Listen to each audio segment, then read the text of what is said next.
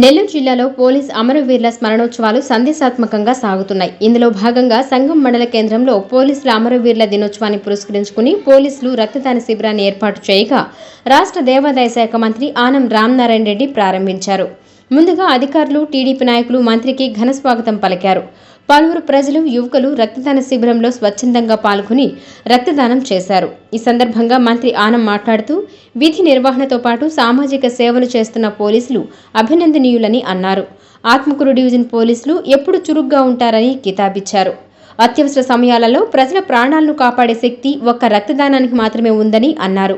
ప్రతి ఒక్కరూ కూడా స్వచ్ఛందంగా రక్తదానం చేసి ప్రజల ప్రాణాలను కాపాడే ప్రాణదాతలుగా నిలవాలని కోరారు.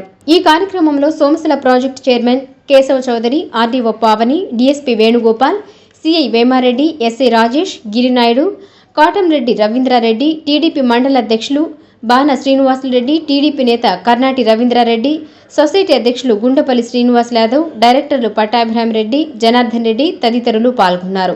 సంగం మండలంలో సంగం సర్కిల్ పరిధిలో పోలీసుల సంస్మరణ దినోత్సవ కార్యక్రమంలో భాగంగా ఈరోజు రక్తదానం అనేటువంటిది చేయడం జరుగుతుంది.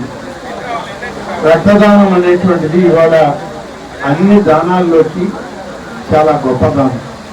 ఈ రక్తదానం అనేటువంటి దానిలో ప్రతి మనిషికి రక్తం అవసరం అవుతుంది. ఎప్పుడు అవసరం అవుతుందో తెలియదు, ఏ విధంగా అవసరపడుతుందో కూడా తెలియదు. సమయానికి ఆ రక్తం లేకుంటే ఆ వ్యక్తి యొక్క ప్రాణాలు కూడా కోల్పోవచ్చు.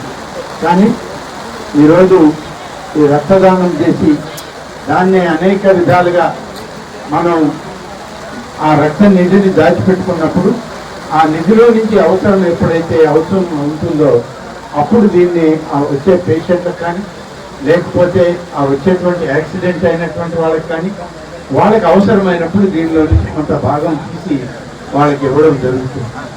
మనం ఇచ్చేది 350 ml ఇస్తూ ఉంటారు. దీన్ని స్టోర్ చేసి పెడతారు. ఈ స్టోర్ చేసే కెపాసిటీ ఇవాళ మన జనరల్ హాస్పిటల్లో కూడా ఉంది. అలాగే Nellore hospitals, rotary hospitals, blood banks అనేకం వచ్చాయి. అనేక దగ్గరలో దీన్ని స్టార్ట్ చేసినటువంటి దాన్ని అవసరమైనప్పుడు ఆయా పేషెంట్లకు ఇవ్వడం జరుగుతుంది. ఇది ప్రతి ఒక్కరికి ఒక మంచి సూచన మార్గం. ప్రతి ఒక్కరు కూడా ఇది అంతా పోలీస్ డిపార్ట్మెంటే కాదు, సామాన్యులు కూడా దీంట్లో పాల్గొని సామాన్య పౌరులు కూడా దీనిలో పోలీసులకి సహకరించినట్లయితే రేపు అవసరమయ్యేది అంతా పోలీసులకో మిలిటరీ వాళ్ళకో కాదు. ఇది అవసరమయ్యేటువంటిది రోడ్ల మీద యాక్సిడెంట్లు చేసేది మనమే, ఆ యాక్సిడెంట్లో గాయపడేది మనమే. మనకే అవసరమైనప్పుడు ఈ రక్తాన్ని వాడుకోవడానికి ప్రభుత్వ ఆసుపత్రుల్లో ఈ కార్యక్రమం జరుగుతుంటుంది.